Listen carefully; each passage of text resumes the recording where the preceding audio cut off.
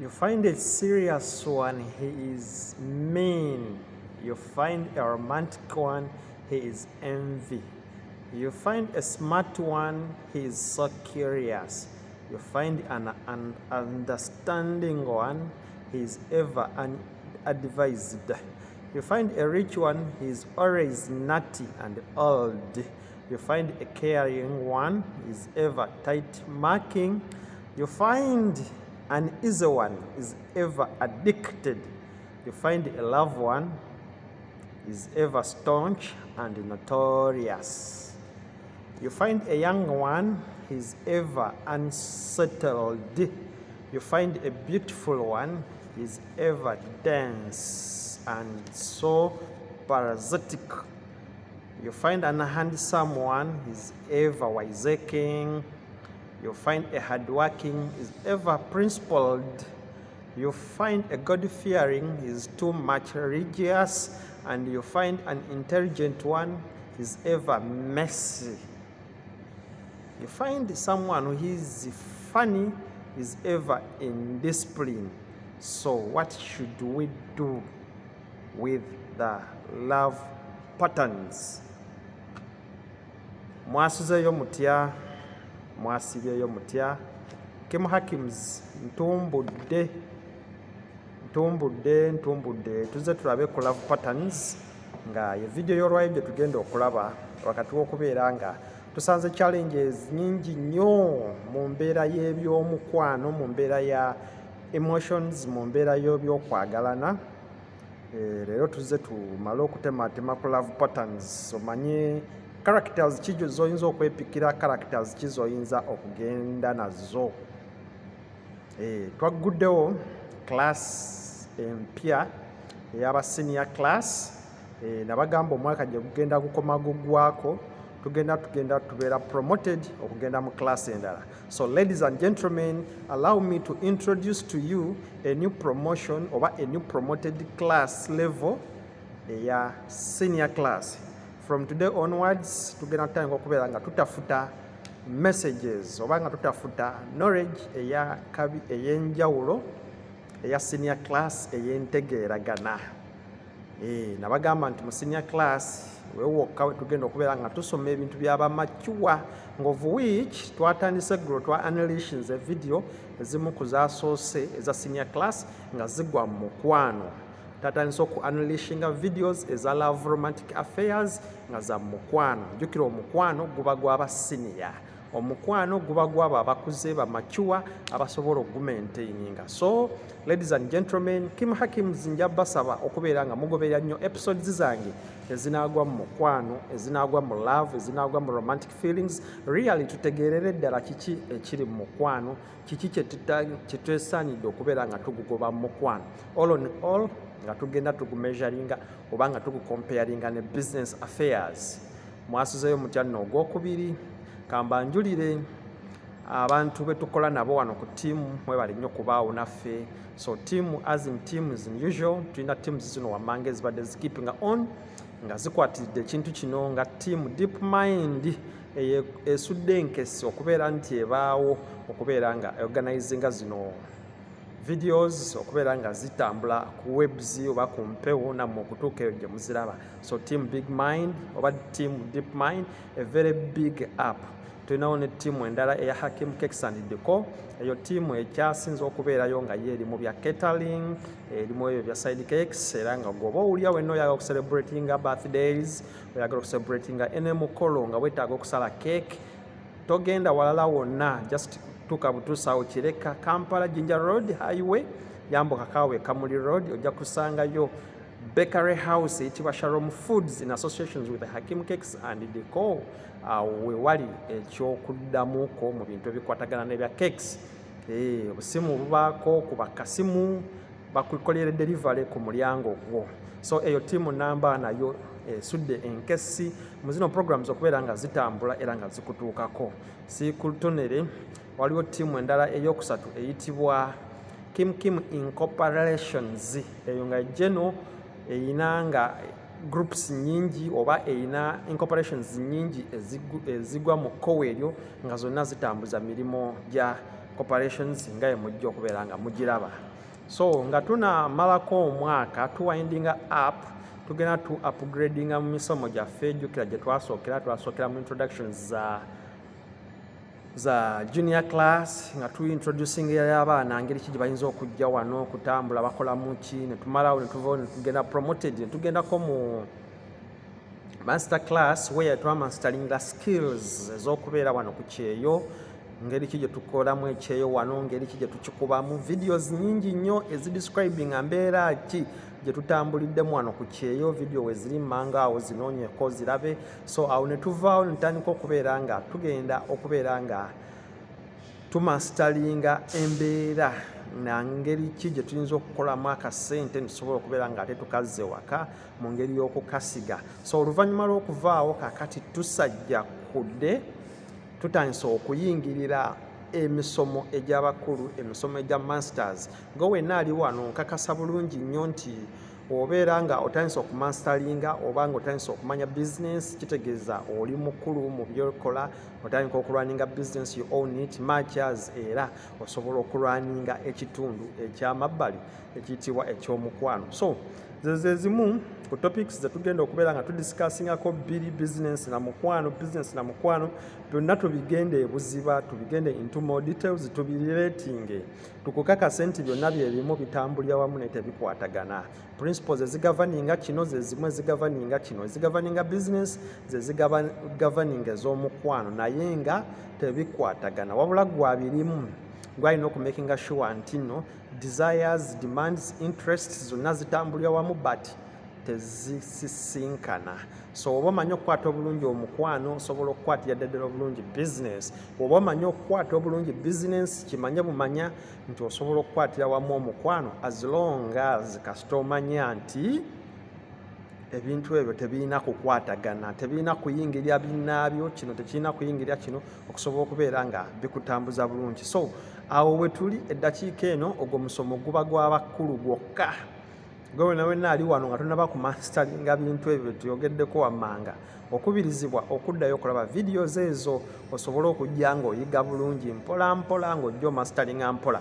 Wootategedde inbox yange ebanzigule oba olaba nga nduddewo okuddamu osaba busabi n'osindika ku email okusobola okubeera nga tukayingiza mu groups ezibaayo wansi eyo. Ezimu ziba ku WhatsApp, endala zibeera wano ku YouTube okusobola okubeera nga odiscussinga information eyo gy'oba otategedde ne banno b'oyinza okubeera ng'osanzeeyo. Kimu Hakims ntumbudde nga gwe wenna nkusaba akapesa kashiri kanyige aka subscription bambi kanyige, kitegeeza kyamaanyi nnyo. Onyige ne akadde ako akasobola okunotifyinga videos zino zonna okubeera ng'oziraba. Wempo n'enkadde ng'omaze okunyiga wali ekigalo ekya like okubeera nti n'enkadde zisobola okubeera nga zijja ziri flashinga ku screen yo every now and then. So nyina essanyu lingi nnyo okubeera nti tutuuse ku level ey'abo bokka ba undistributed, ba untouchable, ba unmeggable abasinga okubeera nti guno omukwano ogwa business wempo n'omukwano ogw'okuganja tugenda kubeera nga tugufuna mu bulungi mu full details okubeera nga tusobola okutwala ebintu bino. Gwe wali obaddekaawo n'okimanya nti omukwano gulimu ebintu bibiri oba bisatu byanjawulo. Okwagala n'okuganza byanjawulo. Gobadde okimanya ekyo. To say that I love you, I like you, bintu ebyo byanjawulo.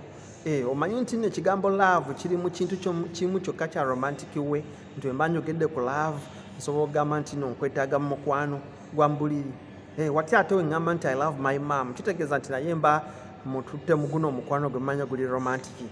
Oba what if I say I like my sister oba I love my sister. So omukwano tugenda nga tugutematema mu videos ez'ekikulu tukusobola okugumanya era nga gwe wenna ayagala okumanya omukwano gye gutandikira. Videos zisangeyo ezo za love, ziriko love episode, love sobola okubeera nga tuzikenyuka. Leero tuli wano okuddamu video patterns oba romantic patterns ezo ez'okubeera nti oyinza okubeeraawo nga bikusobedde. Onoonya pattern ki entuufu gy'osobola okutambula nayo mu business. Onoonya pattern ki entuufu gy'osobola okutambula nayo mu love, okubeera nti at least osobola okumakinga n'eyo embeera according to your principles, according kiki kiwakula nakyo, according kiki kyotambulirako, such that osobole okubeera nga okola ki ng'otambuza obulamu. Wanaakugamba nti you find an understanding one is ever unadvised oba is ever not advised. Osanga omuntu ng'ali mu ka principle ako nti ye ategeera nnyo era takola ki taweebwa magezi, kitegeeza nti either yegwe musiru ennyo oba olina okumulaga nti ate naawe otegeera nnyo okumusingako. Ka video kano kagenda kuwanvuwamukko olw'okuba nti tuddamu ekibuuzo eky'obumu ku bamembers abaabuuziza ekibuuzo ekyo nti agende n'ani.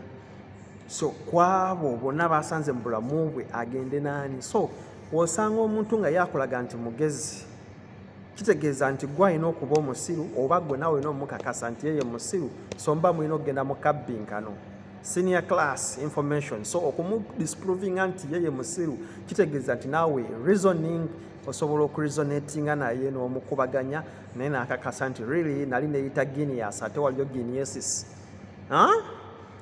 Otherwise wanaagamba nti you find a smart one is ever curious. Of course smart people are always curious. Kati ekyo tolina kukola ki kukyebuusa kubanga ekyamufuula smart mu byakola byonna yeebuuza n'amanya how to go about it. Kakati gwe oba omwepimyeko nga gayi yakkuba bambi ari smart,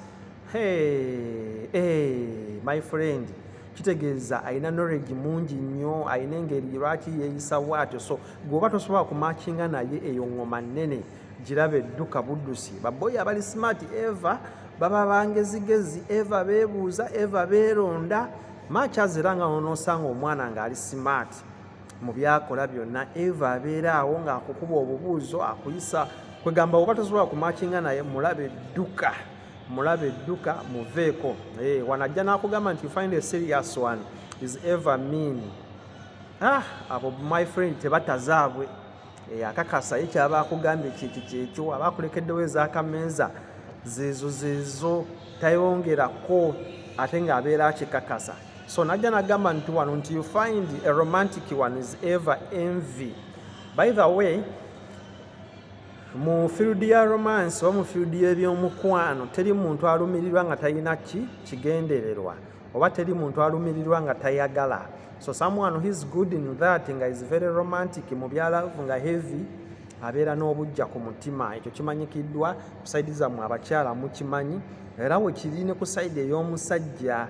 Omusajja abeera n'obujja bwe naye oluusi yaba tabwogera, ate muba mu obujja mubumanyi.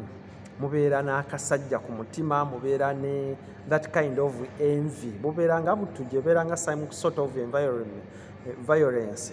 Kwegamba nkiyitiri ntya kiba kiniganiga, mubeera n'ekiruyi ng'owulira kimalira ku muntu ng'era osobola omukola obulabe. So that one who is having too much love. Era gwe togera n'osiriwalya ku mwana w'abandi ng'omwagala nnyo naye ng'omwagala bya kiyaaye. Abasajja gye bali abatemu, machazi n'abakazi gye bali abatemu, kasita kizuula nti wamumalira obudde. So that kind of envy is common to both sides. So gwe naawe onoonya gy'ogwa, omugwako nga too much romantic nnyo ng'ate gwe oli mu bya kiyaaye omufera bufezi, toweeyibaala, oyinza okulugwamu. So najja n'akugamba nti wano you find a rich one is ever nutty and old. My sister, obadde oyagala abeere biki? Kyo kimanyikiddwa, omuntu azikozeeko ateka kuba ng'alina life experience ewera. Getting a life experience kitegeeza kubeera ng'okuze mu myaka. Gobadde oyagala omusayi nga ziri awo, biri bikola eri mu nsi z'abazungu. Wano waero mu Africa ne mu bazungu in fact alina ku ssente, alina ku ttooke eriwera, kitegeeza ali amaze ebbanga ng'alirima. So kati wano waero mu Africa osanga omuntu nga mugagga, of course abeera akaddiye akuze mu myaka.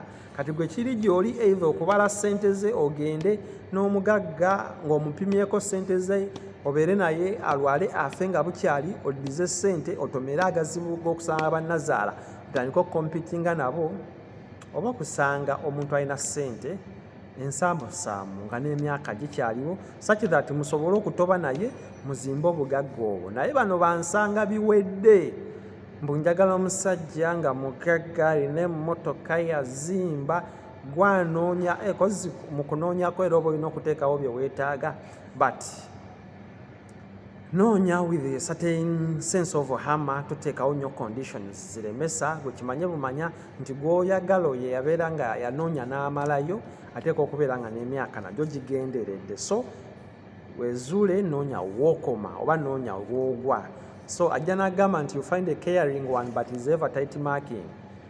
Of course kiri automatic omuntu afaayo ku kikye nga eva akifaako ateeko kitight marking ekyo kiri automatic teri muntu afaayo ku kikye nga takirondoola kati ojja genda ogwe mu ggabo ly'omuntu ng'akwagala nnyo wakubira n'akasimu n'akubuuza bebi oli ludda wanga oluddeyo togamba nti madamu ono naye oba mbeeredde kinga maakinga nnyo bw'atyo bw'ali gwe lwaki wamugwamu ng'olaba alina keya gwe keya oba togyagala noonyayo abatakeyalinga taagala kumanya oba okomyewo oba tokomyewo gw'omanyi taagala kumanya era nga n'omwesibako ajja kuyitayo kino ekizimu ky'ekisajja ekineesibako so noonyayo abo abataagala kumanya so naye buli wonoogwa kwonombuwa njagala alina keya nfaako ajja kukumaakinga ojja kukakasa sema prize ne ku sayidi ey'omusajja omusajja ojja musanga ng'akuwa keya golooze ni butabifaako omale gatambulatambula mujja bigwera muki mumpi so ajja nagamba nti wano you find an easy one is ever addicted.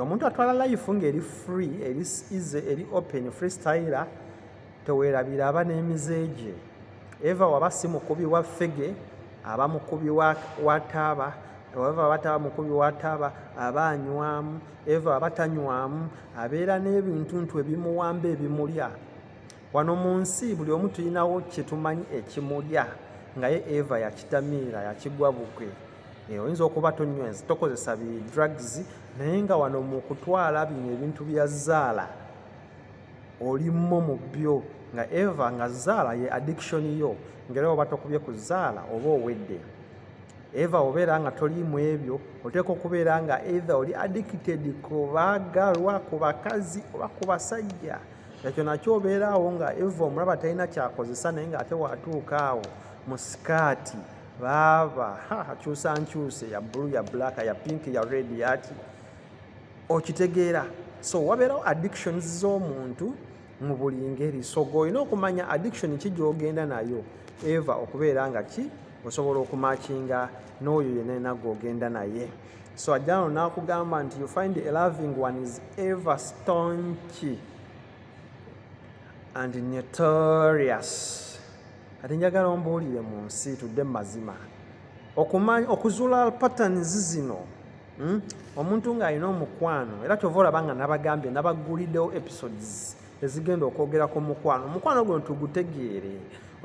tugutegeere gwe kakasa nti onoonyanga videos eza Kim Hakim eziriko love something love lies love true thing love this tusobole okubeera nga tutegeera omukwano guno omanye gye guva tuleke kwerimbalimba tugwe mu mukwano nga tugwagalako matu tomanyi nsiguko yaagwo ojja kuba owedde sisita ojja kuyingira mu kintu ky'otamanyi oba gwe blaza naawe ayagala okugenda ku bashoga mami ojja kuyingira mu bantu b'otamanyi. You find a beautiful one is ever dense and even if you're trying to find a handsome one is ever wiseacre. Lwaki kiri bwe kityo baana ba maama katusooke tudde wano it does not necessarily mean nti okumala obudde bwo ng'oli ku ka facial makeup you just make up your face nti ekyo wakisoma busomi ekyo kiri naturally osobola okukikola but obudde bwe wandimaze ng'oyonoonaawo obudde funamu ekirala ky'osoma okiteeke mu maki mu bwongo mutini nnyo gojja okusanga ng'alina obudde bw'amalira wano mu facial makeup kyokka ng'ate ne wana akolaki atikka bu messages temubulaba ku Facebook nga bugamba nti no gwe yasembanga mu klaasi leero ye gwasaba enviiri nosanga omutwe nga guliko enviiri ng'akyusa kaviiri kano kale naye nga tuba tuzzeeyo mu klaasi akolanga atya temubulaba bu message obwo so mulekeraawo okubeera emigugu eri abaagalana bammwe olw'okuba nti no mussayo kano ka passport my friend passport si yessa ekyokulya ku mmeeza nze wange passport si yessa ekyokulya ku mmeeza kyova olaba nga nava mu lutabaalo lw'abaana abatukula nensigalawo neegendere nabaki nabali pretty just pretty cute but the beautiful ones kabulangana beautiful. So ajja n'agamba nti you find a handsome is ever wiseacre. Ate nammwe ba handsome nammwe mutuveeko mweraga temulina kye muli, mulina buzi six pack ze zinazimba ze zinasomesa omwana. Kati gwe naawe nsaasira agoberera six pack azifu nti six pack ze zigenda okuponera ekyapa kyonoonya. Gakulemye okupulani nga muvudde mutya mu kazigo owooza njagala alina six pack alina bodi omuwanvu omwagaza kyomunene biki. Are you okay my sister? Tegeera kiki kyoweetaaga ku muntu than okulaba physical appearance ye nti nze njagala mpeesa ekitiibwa mu bantu musajja munene muwanvu. Are you okay? Obunene obuwanvu babulya. So ate nammwe abalina figures ezo oba balina handsome bodies ezo mulekerawo okubeera nga muwiseacre nti olw'okuba muli among the few mbu temulabikalabika. Gye munaakoma okweraga abaana era gye bajja okukoma nga bali ku street ng'ebyabwe babitunda anti mmwe abatalabikalabika era mujje nga mmwe mubigula. So ebintu mubiregulating, balance the boat. You find a religious one is ever God fearing. Teri muntu ali mu bya ddiini nga tatya Katonda, oba teri muntu atya Katonda nga tamayindinga ddiini ye. Kati gwe wenna ayagala okugwawo mu lubwabo olina okukakasa nti empapula wazisoma ez'ebitabo ebitukuvu n'ozimalayo. Otherwise ojja genda ogwe mu ttuluba yonna gy'ogwa ng'oyagaddeyo just because omwana amanyi okutendereza Mukama naye nga ne lines mwamutendereza Omukama gwe tozimanyi. Ebitabo obikkula bya bikukujju.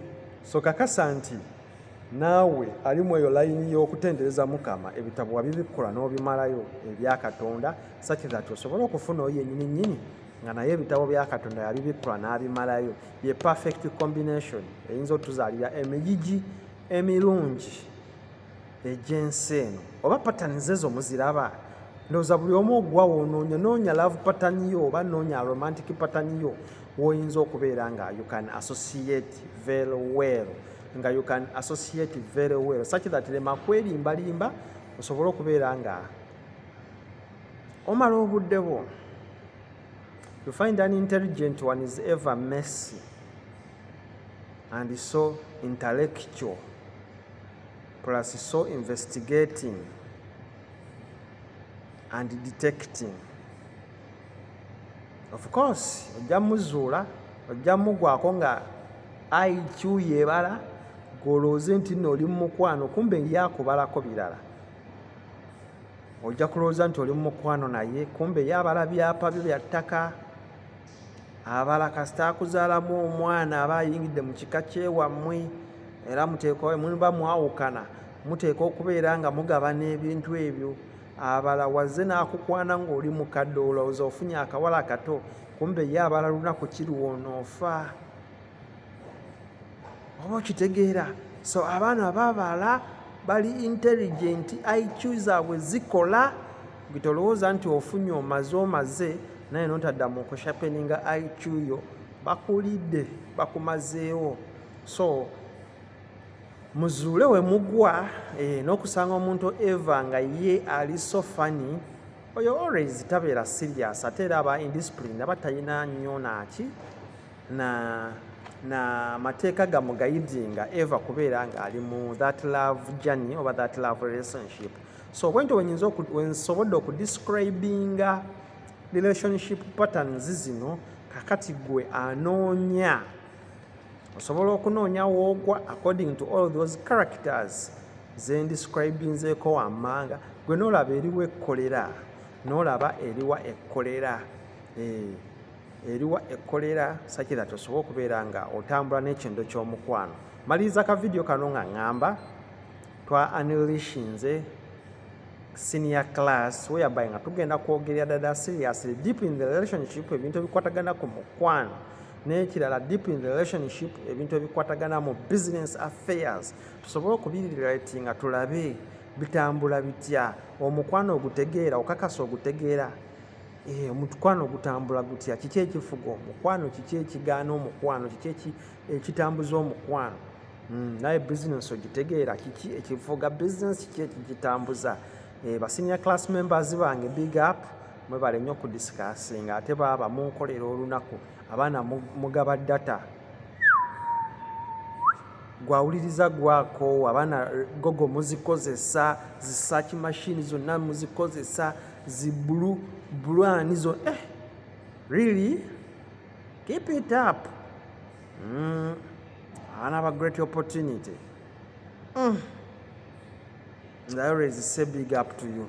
But as usual, wetuddako neeri mu side y'ebyemikwano twakizuula oba tukizudde nti gye munaakoma nga ekigambo mukwano emotions feelings ezo nga temuzize kuzikontrolinga nga mwe mulowooza nti omukwano guli mu mutima oba owedde nabagamba nti omukwano gubeera mu bwongo teguba mu mutima. So tusinkane mukadda ku lutimbe Kim Hakims abaddeko wano nga awayaako nammwe big up. See you, we meet, bye bye, thank you for watching, keep it up, bye bye, I love you so much my fans.